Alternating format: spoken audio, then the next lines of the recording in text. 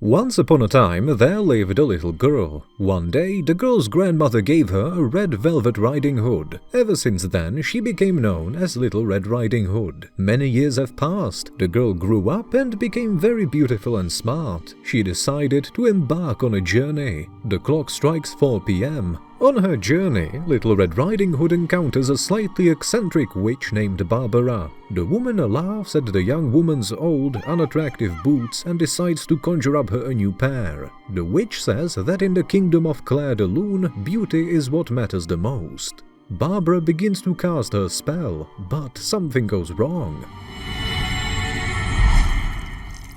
It seems she encountered a not-so-experienced witch. Little Red Riding Hood tries to wash her boots in a pond, but they are swept away by the current. Our heroine is forced to continue her journey barefoot. She notices her boots on another young woman and tries to catch the thief. It turns out Cinderella found them and returns the boots to their owner. Little Red Riding Hood then sees Cinderella burying someone. It's her beloved pet dove. Little Red Riding Hood sees that poor Cinderella is being mistreated, and it's true. She is constantly bullied by her stepmother and older sister, Anne and Margot. Cinderella begins to cry, admitting that she too believes that beauty is the most important thing in this land, and being unattractive is practically a crime. Cinderella is constantly forced to serve her cruel stepmother and vain sisters, but she dreams of going to the ball at the royal palace. Today, Margot dropped her scone, and Cinderella's beloved pigeon began pecking at it immediately. Furious, Margot took out her anger on the poor bird.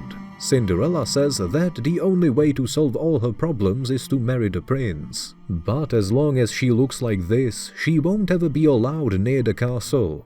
Suddenly, Mad Barbara appears behind them. She transforms Cinderella's rags into a beautiful ball gown. The same happens to the Little Red Riding Hood. Now, they are both true beauties.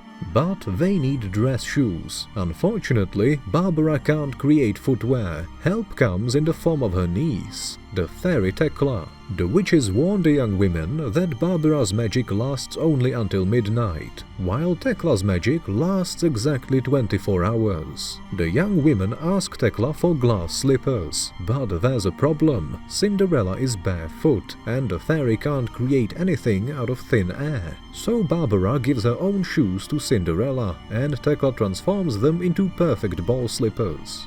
The witch brings a pumpkin and several mice. She transforms one of the mice into a coachman named Paul, while the pumpkin and 2 more mice are turned into a carriage with horses. The clock strikes 6 p.m. The carriage with Cinderella and Little Red Riding Hood races down the forest road, and the young women are very pleased. Suddenly, they run over something and nearly overturn. The coachman, Paul, screams and panics because they have just run over a person. The young women exit their carriage and see a middle-aged man showing no signs of life. Cinderella recognizes the unfortunate man. It's Hans, the royal hairdresser. Little Red Riding Hood examines the scene and notices that the clothing and shoes of the deceased are covered with lots of dirt. This means that the man has been dragged along the ground, indicating he was already dead and lying on the road when their carriage ran him over. On one hand, the young women could call the police. On the other, they are eager to attend the ball. The clock strikes 6 p.m. Cinderella and Little Red Riding Hood successfully arrive at the royal palace and enter the ball. Lots of elegant ladies and gentlemen dance there. Cinderella notices her stepmother and stepsister at the ball. They all look very self-absorbed. Anne has a new hairstyle done by the same hairdresser, Hans. The ruler of Kingdom of Claire de Lune, King Bowel, makes his entrance to the ball alongside his son Prince Gilbert. The young prince is incredibly handsome. King Bovel demands his son to choose a bride and forget about the maid Remy, whom he has fallen in love with and who he had run away. Gilbert invites Cinderella to the dance. What a surprise! The prince dances with the chosen one, while the other young women watch them with envy. However, soon they are invited by other suitors. Suddenly, an agitated chancellor appears at the ball. He reports to the king about Hans's death, and the king immediately ends the ball. The body has been buried, meaning someone has attempted to cover up the evidence. The hairdresser had a lot of hoof prints on his forehead and a wound on his back. All the guests at the ball are suspected of the crime. Red Riding Hood and Cinderella are horrified. Coachman Paul informs the girls that he washed away the bloodstains from their carriage, so there is no reason for concern.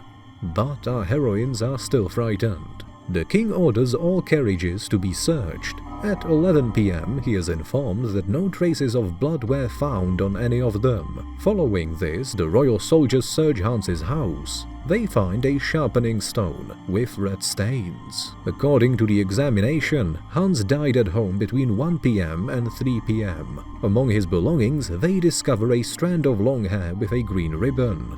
Cinderella tells Red Riding Hood that this ribbon belonged to Anne. In total, 5 such strands were found. The Chancellor is convinced that the criminal must be a woman with short hair who was offended by the bad haircut Hans gave her. Indeed, there are 5 such women at the ball, including Anne. Red Riding Hood intervenes in the investigation.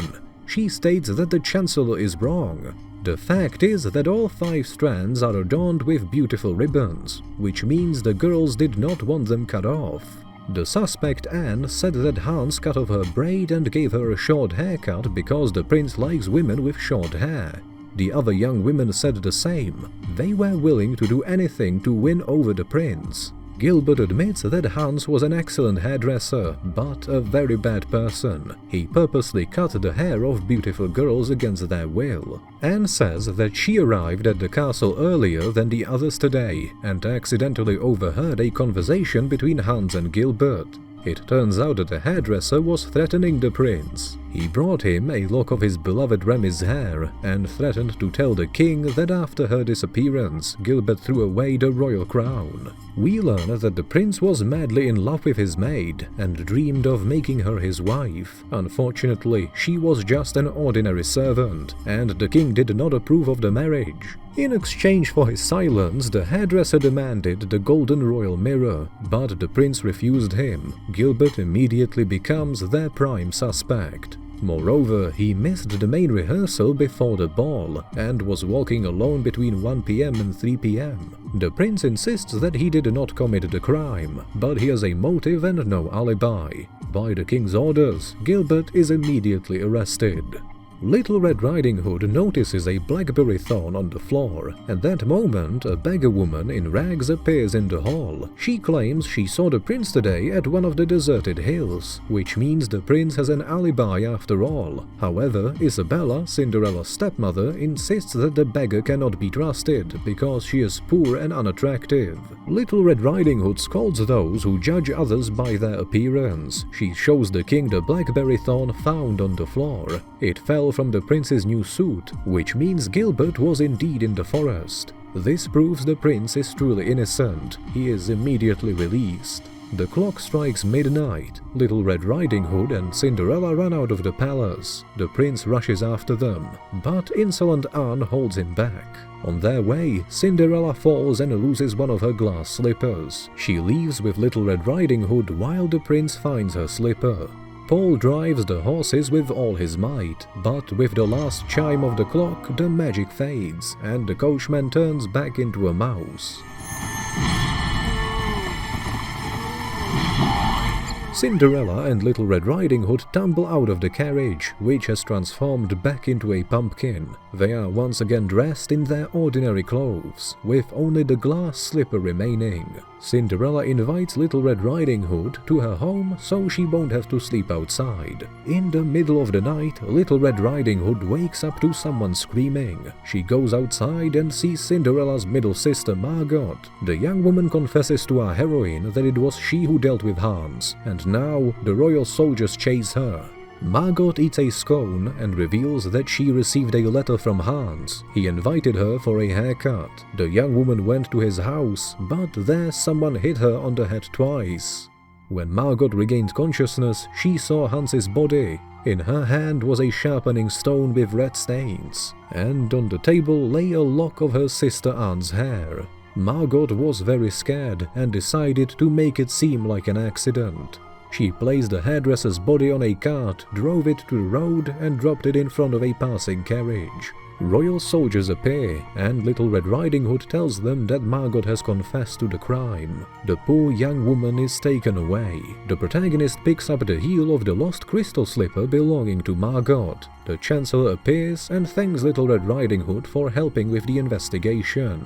However, the young woman tells him that Margot is innocent and asks to be taken to Hans's house. She carefully examines the hairdresser's home and finds drops of blood that are over a year old. The clock tower chimes. Red Riding Hood finally realizes who the real criminal was. In the morning, barefoot Cinderella resumes her work. Prince Gilbert arrives at her house with the guards. He is searching for the owner of the lost glass slipper. Cinderella tries it on, and it fits her perfectly. The prince is very happy, and orders her to be arrested. Little Red Riding Hood shows up and claims that it was Cinderella who took Hans's life. But what was her motive? We learn that Hans and Cinderella met in the forest near a stream. The hairdresser promised to make her beautiful. At home, he tried to cut her hair, but Cinderella pushed him away and hit him with a sharpening stone. Seeing that the man was not breathing, she wrote a letter in his name to her sister Margot and invited her for a haircut. When Margot arrived, Cinderella knocked her out and placed a stone in her hand. But the girl regained consciousness, and then Cinderella struck her with a crystal slipper. The force of the blow knocked off the heel, which got lost in the folds of the young woman's dress. This is the heel that Little Red Riding Hood found in the forest after Margot's arrest. But how could this be? Cinderella has complete crystal slippers. It turns out she had 2 pairs. The first pair with the broken heel was buried in the grave with the dove. The witch Barbara and the fairy Tekla appear and confirm Little Red Riding Hood's words. The first slipper was made around 3 p.m. The second time, Tekla did not recognize Cinderella because she was in a ball gown. At 3 p.m., one of Cinderella's crystal slippers turns into ordinary shoes of a beggar woman. The same happened to the slipper in the hand of the Chancellor. Only then does Cinderella confess to her crime. She truly buried her first slippers in the dove's grave. The guards take the girl away. Prince Gilbert confesses that he is actually not in love with Cinderella. He loves his maid Remy. Little Red Riding Hood says that a year ago, Hans attacked Remy and cut off a lock of her hair. She fought back, and an ugly scar was left on her face. That's why the young woman escaped from the palace. The same beggar in rags appears. It's Remy, but the prince loves her just the way she is. He marries his beloved and thanks Little Red Riding Hood for her help. Our protagonist continues her journey and is ready to investigate new crimes.